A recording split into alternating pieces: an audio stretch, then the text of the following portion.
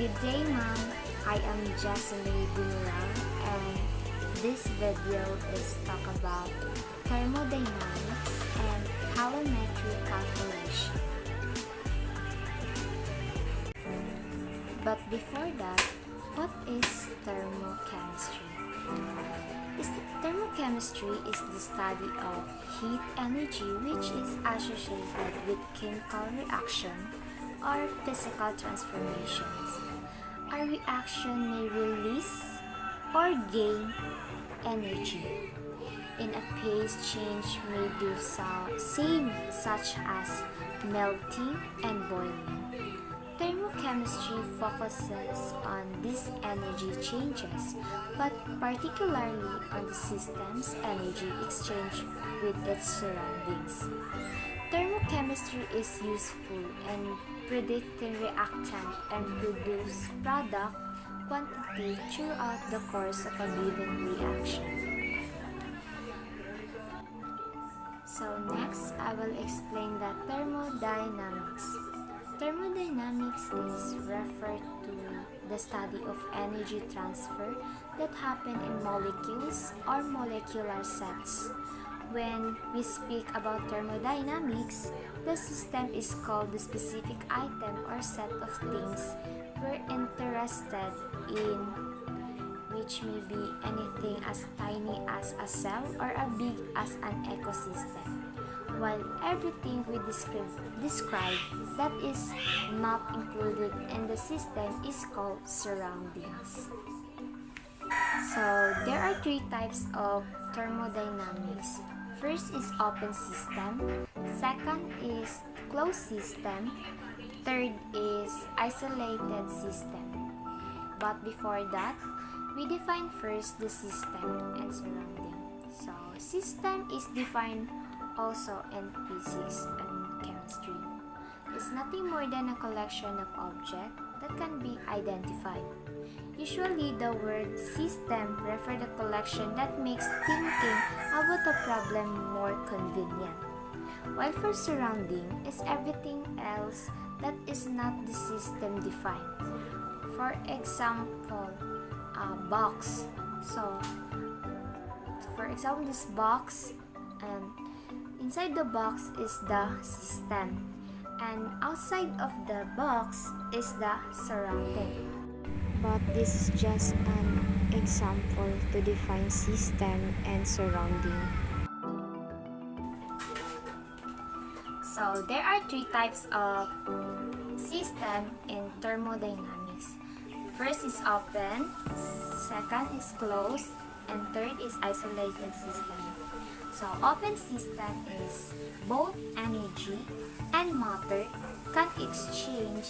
can be exchanged with the surroundings, while the closed system is only energy being exchanged with the surrounding.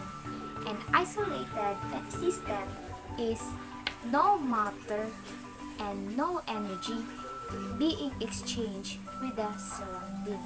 So that is the differences of three: the open, closed, and isolated system. So in the first law of thermodynamics, the formula is delta U is equal to Q plus W. So delta U is represent total change in internal energy of a system, while Q is represent heat exchange between a system and its surrounding. Then the W is the work done by or on the system. In the thermodynamics, if the heat energy is increased or positive, it we call endothermic reaction. This reaction that the system absorbs energy from its surrounding in the form of heat. While if the heat energy is negative, there we call exothermic reaction. This reaction that releases energy from the system in the form of heat.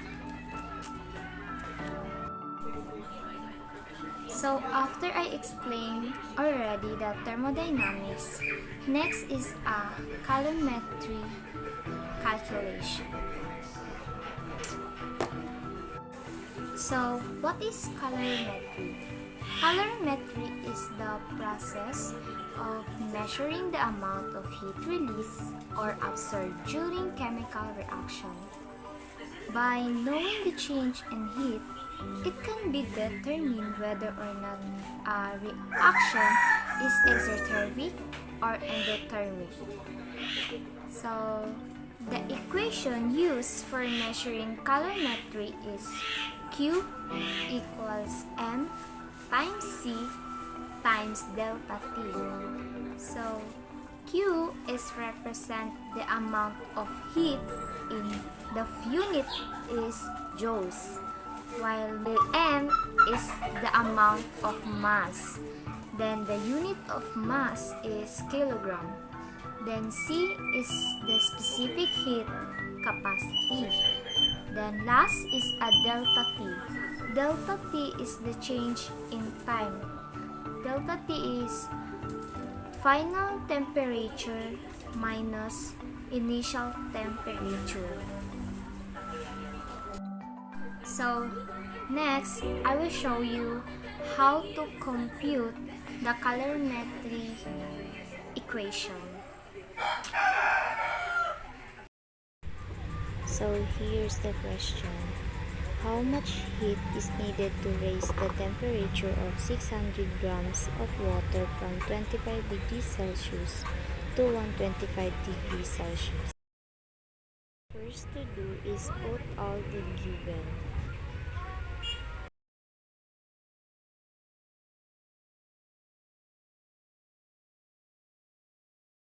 So next is the solution.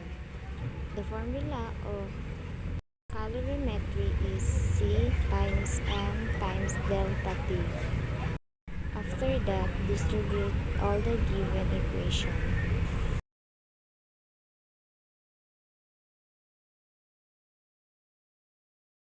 After distribute the given equation, cancel out the same unit.